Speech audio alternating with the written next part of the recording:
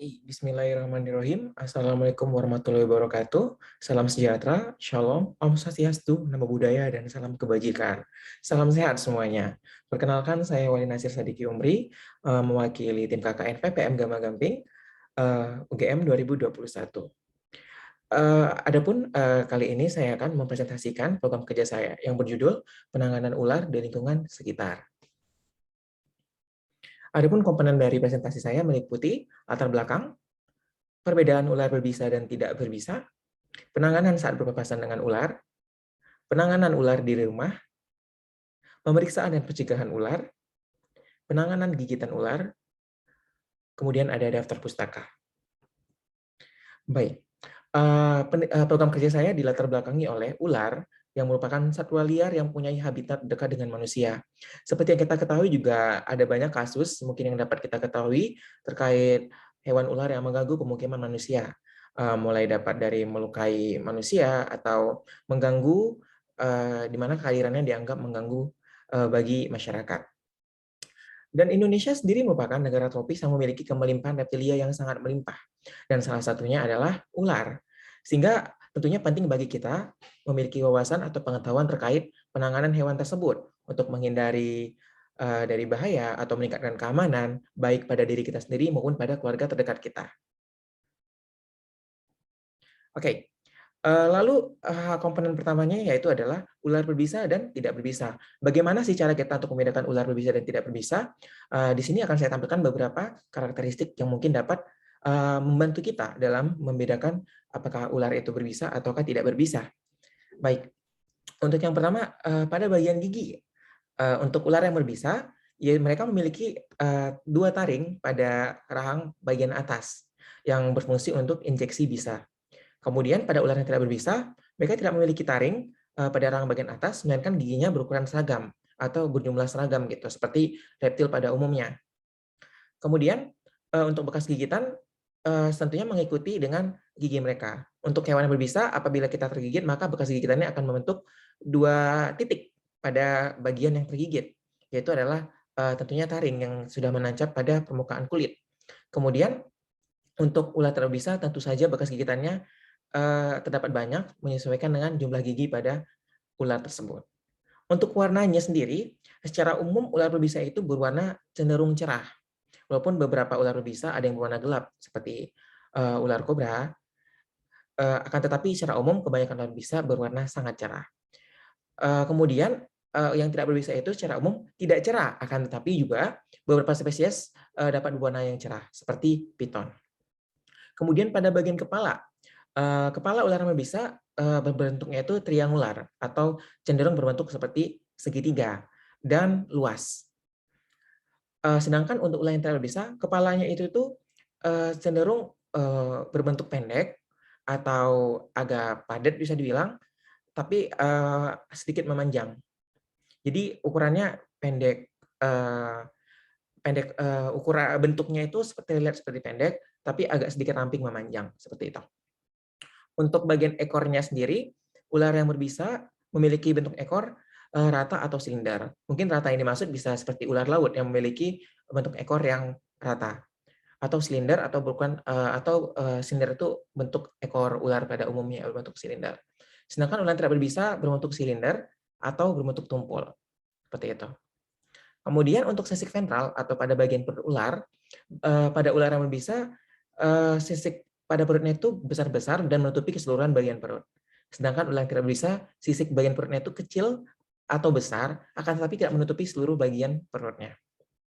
Kemudian pada sisi kepala, ular berbisa dapat sisi kepalanya dapat berukuran kecil atau besar, sedangkan pada ular tidak berbisa, sisi kepalanya pasti berukuran besar. Untuk sisi bagian dorsal atau bagian punggung, ular berbisa berukuran kecil dan ular tidak berbisa berukuran besar.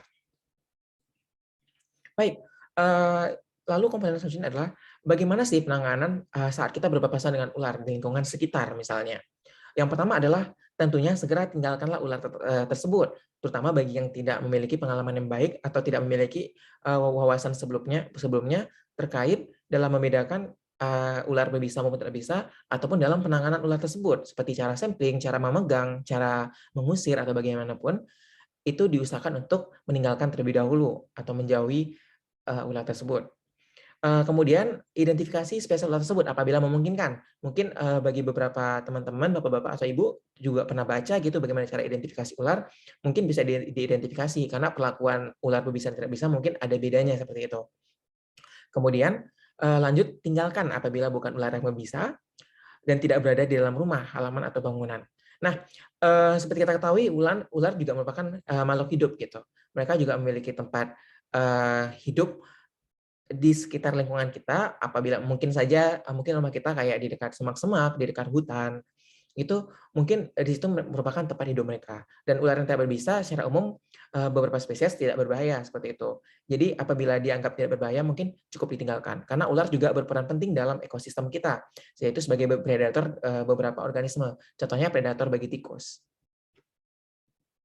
Oh, next. Kemudian selanjutnya adalah penanganan ular di dalam rumah. Bagaimana sih kalau kita menemukan ular di dalam rumah? Kita harus apa? Jadi yang pertama itu adalah tenang dan jauhi hal-hal yang membuat ular tersebut mencari tempat persembunyian. Karena nanti akan tambah merepotkan kalau ularnya malah pergi atau mencari tempat persembunyian lagi. Karena kita harus mencari ularnya lagi dan akan memakan waktu lebih lama lagi.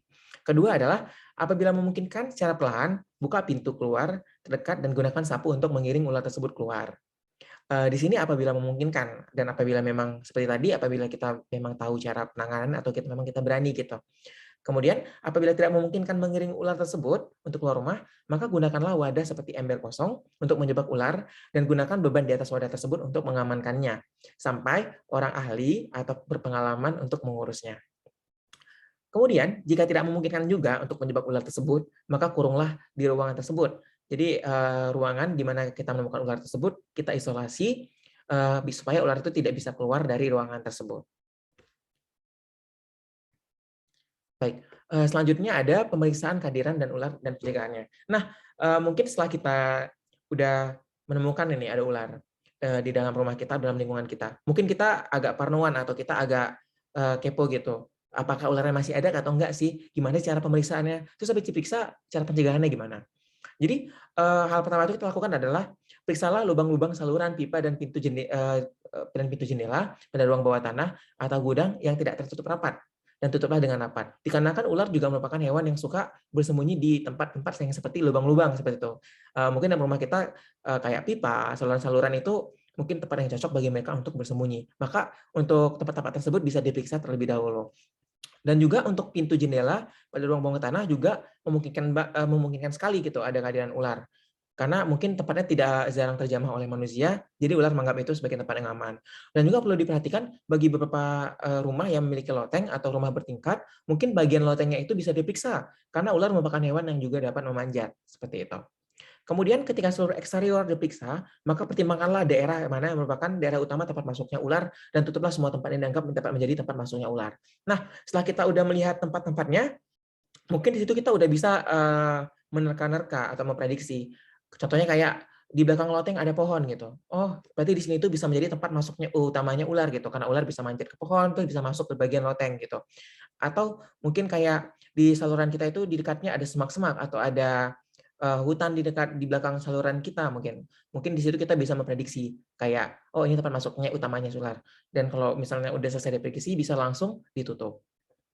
Kemudian, hilangkanlah benda-benda yang berpotensi menjadi tempat persembunyian ular, yaitu seperti tumpukan bebatuan, kayu, lubang tanah, rumputan yang panjang, celah-celah pada dinding, dan gudang penyimpanan dengan ruang di bawah lantai.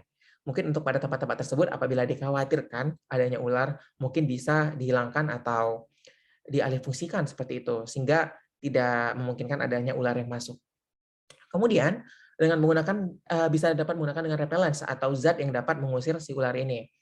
Mungkin zat ini mungkin bisa dicari di market-market atau toko obat-obatan hewan apabila ada. Kalau tidak ada, mungkin cukup dengan cara-cara yang di atasnya. Seperti itu.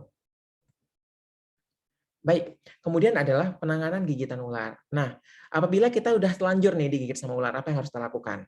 Yang pertama adalah kalau ularnya tidak berbisa, kita cukup lakukan perawatannya seperti luka-luka lain yang bisa terinfeksi, kayak misalnya kita kayak kegigit hewan apa gitu, kita bersihin dulu pakai alkohol, habis dibersihin kita kasih obat merah, seperti itu. Dan setelah dilakukan itu, tentunya kalau bisa tetap hubungi orang ahli seperti dokter. Karena ditakutkan pada gigi ular tadi mungkin terdapat parasit di dalamnya atau terdapat mikroorganisme yang membahayakan tubuh manusia. Jadi kalau bisa tetap hubungi dokter. Kemudian kalau misalnya kita tergigit ular yang tidak berbisa, ya ular yang berbisa maksudnya, apa yang harus kita lakukan? Tentunya yang pertama adalah hubungi nomor darurat atau 112 atau segera bawa korban ke rumah sakit segera. Kemudian amankanlah ular yang menggigit biar tidak mencari mangsa lainnya tentunya. Terus tetap tenang dan kurangilah pergerakan, karena pergerakan bisa memacu makin cepatnya penyebaran dari bisa tersebut. Kemudian jangan membuka atau memotong luka gigitan untuk mengeluarkan atau menyedot darah. Ditakutkan malah yang ada nanti bisanya malah terkonsumsi atau lukanya malah makin parah, seperti itu. Baik, untuk referensi yang saya pakai di program kerja saya ini, di presentasi saya ini adalah yang pertama itu ada di jurnal yang berjudul Kasus Gigitan Ular Berbisa Indonesia. Kemudian lalu ada What to Do About Snakes di website Human Society of United States. Baik, sekian presentasi saya. Untuk teman-teman, bapak-bapak, ibu-ibu, atau para penonton yang telah menyaksikan presentasi saya ucapkan terima kasih telah menyempatkan waktunya. Kalau begitu, salam sehat dan tetap semangat.